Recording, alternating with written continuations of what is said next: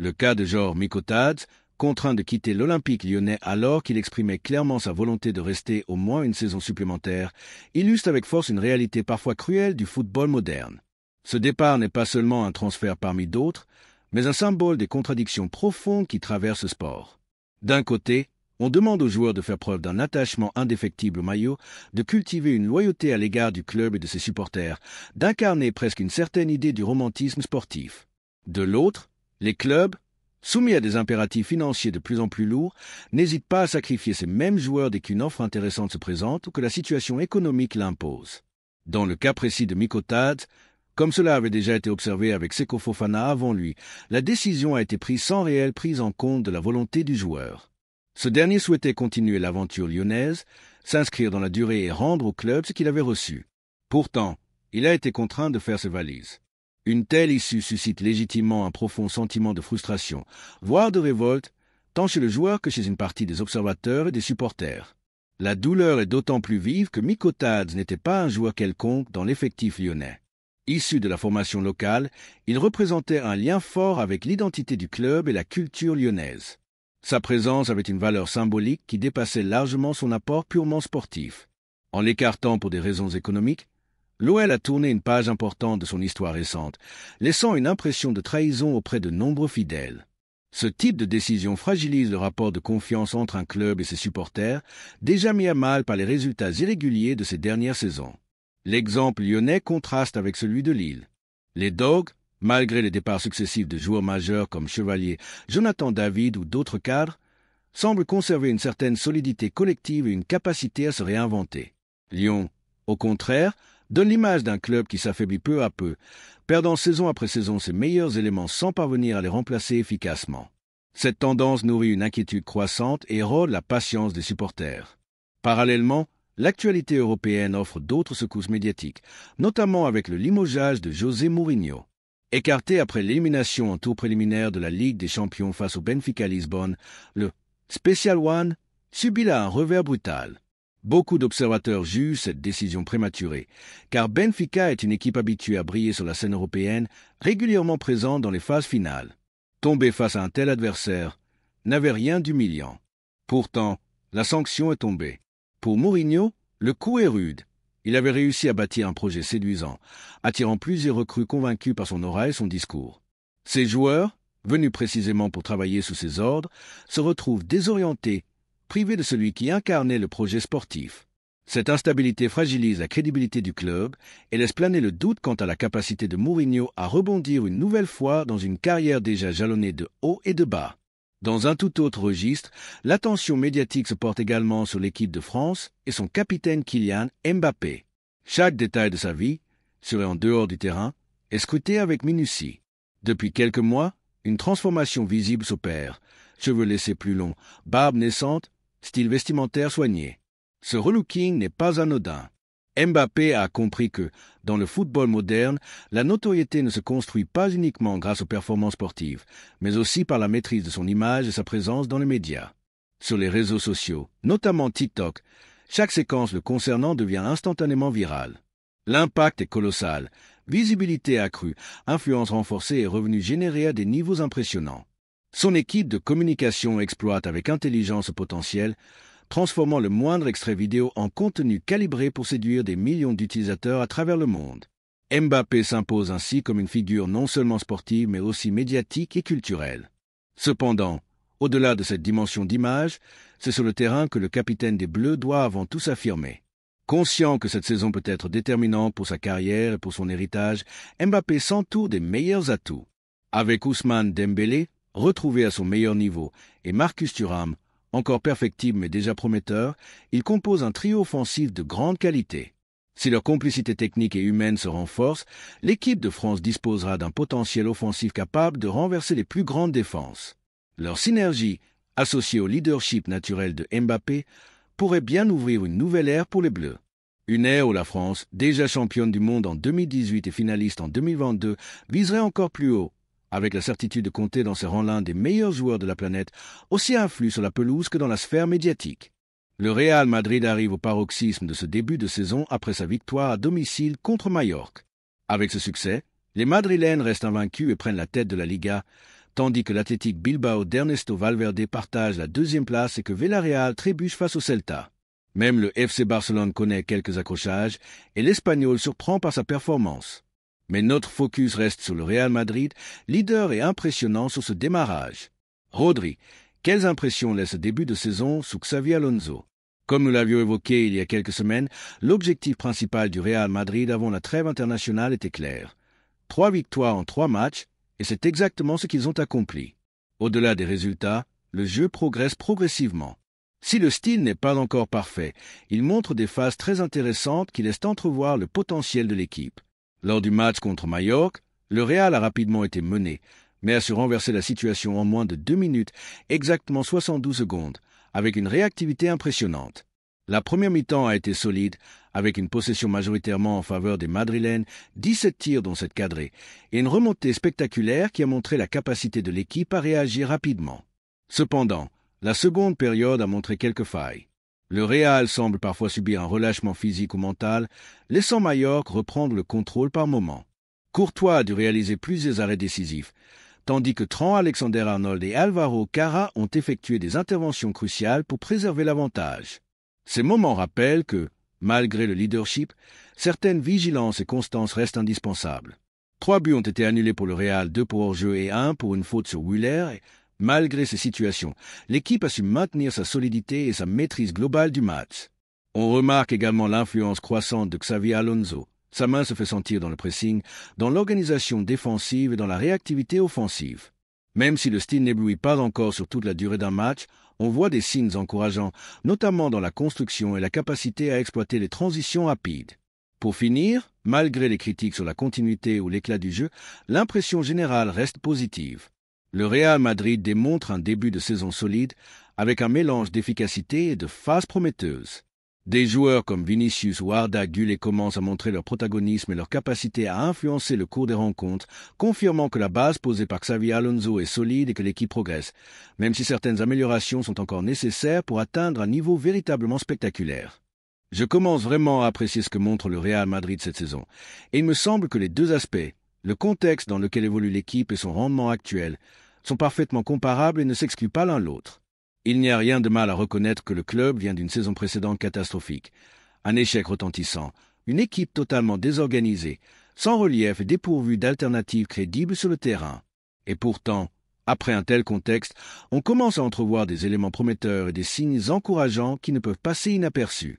Ce qui me plaît particulièrement, c'est l'exigence que certains observateurs, comme moi et Laurent, imposent au Real Madrid. Cette exigence, même face à des progrès visibles, permet de ne jamais se contenter de peu et de rester vigilant sur les défauts qui persistent. Et je le dis clairement, lorsque le Real Madrid joue bien, il n'y a aucune honte à le reconnaître. Il y a 2 ans, quand le club offrait un football de qualité, certains critiques limitaient encore son style à un jeu défensif, et pourtant, cette équipe a été couronnée championne d'Europe. La saison précédente, le scénario se répétait. Un club régulier et solide, capable de performances constantes, que l'on ne peut nier comme l'une des équipes les plus stables et les plus impressionnantes de ces dernières années. Entrons maintenant dans le vif du sujet, les recrues du Real Madrid pour cette saison. Le club a investi environ 150 millions d'euros pour renforcer son effectif, et il est déjà possible de dresser un premier bilan concernant le rendement et l'impact de ces nouveaux joueurs. Parmi les arrivées, on distingue particulièrement Dean Huijsen, Alvaro Cara et Trent Alexander-Arnold, chacun apportant des qualités spécifiques et complémentaires à l'équipe. Trent Alexander-Arnold est l'un des renforts les plus médiatisés et attendus. Bien que son intégration soit loin d'être un échec, il est vrai que ses performances n'ont pas encore atteint le niveau d'excellence que beaucoup espéraient. Son profil était essentiel pour le club et on attend de lui qu'il devienne rapidement un titulaire indiscutable.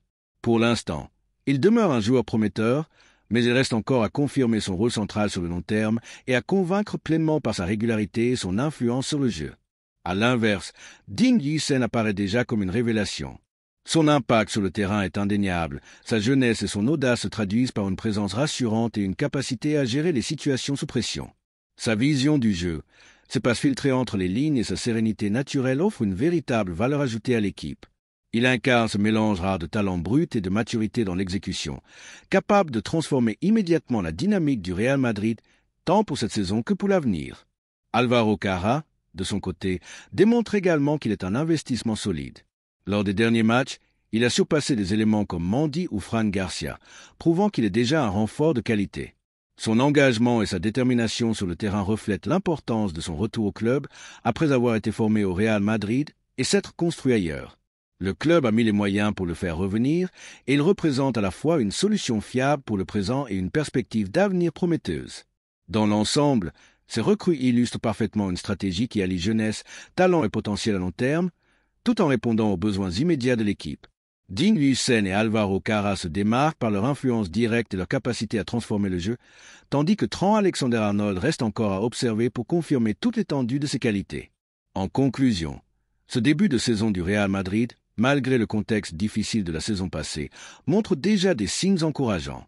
Le travail de Xavi Alonso commence à se matérialiser sur le terrain, avec une équipe qui progresse match après match et des recrues qui apportent de nouvelles solutions.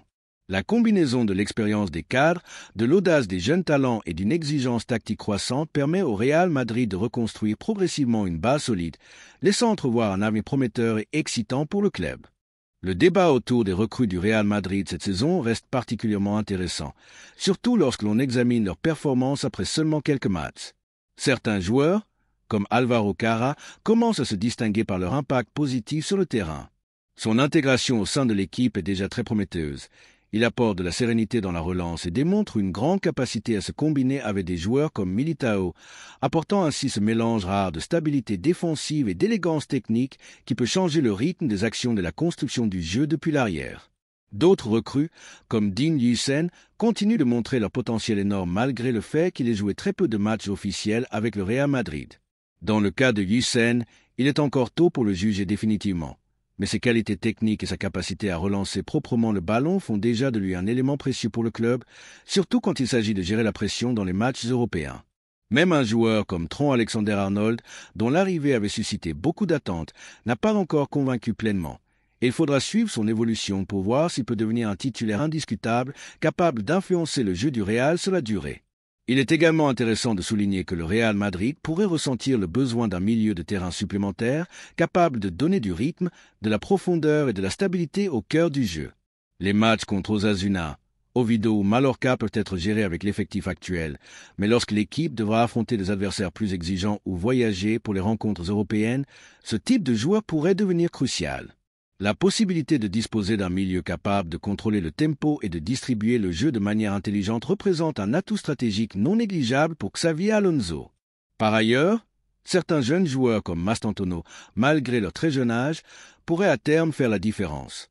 Il s'agit d'un joueur doté d'une grande élégance technique et d'un potentiel évident pour apporter de la lumière dans les actions offensives. Même si le prix payé pour lui a pu générer des attentes élevées, il est essentiel de rester patient. À 18 ans, ce type de joueur a besoin de temps pour gagner en consistance et en confiance. S'il parvient à s'adapter et à montrer son potentiel sur le long terme, il pourrait devenir un joueur différencié, capable de marquer de son empreinte le style de jeu du Real Madrid. Enfin, il faut aussi prendre en compte le contexte des matchs déjà joués. Par exemple, lors du match contre le Paris Saint-Germain, où le Real Madrid a encaissé 4 buts, certains jeunes joueurs n'étaient pas titulaires ou ont été absents pour cause de suspension. Ces expériences, bien que difficiles, servent à évaluer le caractère et la maturité des recrues. Elles permettent également de mettre en perspective leurs performances en tenant compte du fait que certains d'entre eux n'ont encore joué que très peu de minutes et doivent s'adapter progressivement au rythme et à l'exigence du football au plus haut niveau. En résumé, l'analyse des recrues du Real Madrid cette saison révèle une combinaison intéressante entre talent jeune et expérience, avec des joueurs capables de contribuer immédiatement et d'autres qui nécessitent encore du temps pour s'exprimer pleinement. Ce début de saison montre déjà des éléments encourageants pour Xavi Alonso et laisse entrevoir un futur prometteur si l'équipe parvient à continuer son évolution et à trouver l'équilibre nécessaire au milieu et à l'arrière. Lorsqu'on parle des performances individuelles, il est souvent très facile de critiquer, de trouver des défauts ou de donner un coup à un joueur, surtout quand il s'agit de jeunes recrues qui viennent tout juste de s'intégrer. Comme on l'a vu avec certains commentaires récents sur le Real Madrid, certaines critiques semblaient totalement disproportionnées. On peut souligner des erreurs, des maladresses ou des choix tactiques, mais il faut aussi replacer les performances dans leur contexte. Qui était en face, quelle stratégie défensive adoptait l'adversaire et quelles contraintes physiques ou mentales pesaient sur les joueurs. Par exemple, contre le Mallorca, l'équipe adverse n'a pratiquement jamais réussi à pénétrer dans la surface du Real Madrid. Juizan, jeune défenseur, a reçu 2 avertissements lors de ce match, ce qui pourrait sembler inquiétant pour certains, Mais il est crucial de comprendre que ces situations se produisent naturellement, surtout contre des équipes qui essaient d'entraver le jeu du Real par des fautes tactiques. Il est facile de critiquer à chaud, mais il est beaucoup plus difficile de prendre du recul et de comprendre les performances réelles des joueurs. Le problème, c'est que beaucoup de commentateurs populistes, ou de ceux qui cherchent simplement à générer de l'audience, oublient souvent cette nuance. Ils donnent des jugements sévères, parfois sur des matchs où le joueur n'a même pas eu l'occasion de briller. Ils s'attachent à des faits isolés, comme un carton jaune ou une action ratée, et en tirent des conclusions hâtives sur l'ensemble de la carrière ou du talent du joueur. Or, dans le football moderne, chaque match doit être analysé en contexte, en prenant en compte la tactique, l'adversaire, la condition physique et même la dynamique globale de l'équipe. Il est donc nécessaire de faire preuve de patience et d'intelligence lorsqu'on évalue des recrues ou de jeunes talents.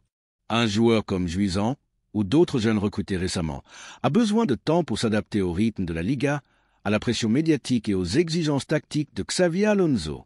Il est injuste de le juger uniquement sur quelques actions ou sur des statistiques brutes. L'objectif devrait être de comprendre comment chaque joueur contribue au collectif, comment il progresse et comment il s'intègre dans le projet global du club. En résumé, critiquer sans nuance est non seulement injuste, mais cela déforme aussi la perception que le public peut avoir des performances réelles. Contre le Mallorca, malgré les quelques alertes ou avertissements, le Real Madrid a largement dominé et les jeunes recrues ont montré des signes positifs d'intégration et d'efficacité. Il faut savoir mettre en perspective ces situations et reconnaître les efforts et le potentiel, plutôt que de se limiter à des critiques populistes ou sensationnalistes qui ne reflètent pas la réalité du terrain.